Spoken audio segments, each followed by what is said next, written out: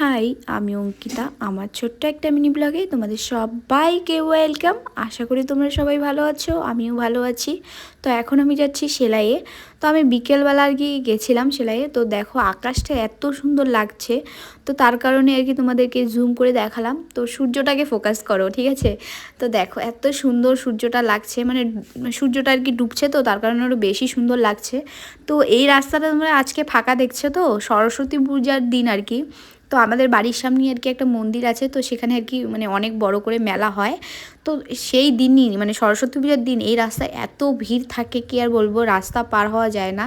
তো এখন তোমরা ফাঁকা দেখছো, তো সরস্বতী পুজোর দিন আর কি ভিডিওটা করব তোমাদেরকে দেখানোর জন্য যে এই রাস্তাটা কতটা ভিড় থাকে। তো চলো এখন আমি সেলাই করব, তো দেখতে থাকো আমি আজকে কী সেলাই করি। তো আজকে আমি ব্লাউজের কয়টা পার্ট সেলাই করব, তো তারপরে কমপ্লিট হলে তোমাদেরকে দেখাবো মানে ব্লাউজটা কীরকম হয়েছে। তো দেখতে থাকো।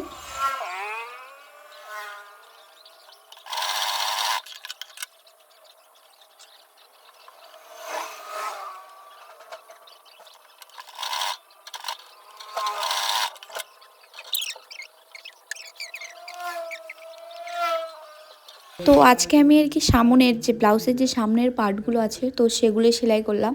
তো সেলাই করতে করতে দেখো আমাদের সন্ধ্যা লেগে গেছে বাড়ি আসতে আসতে।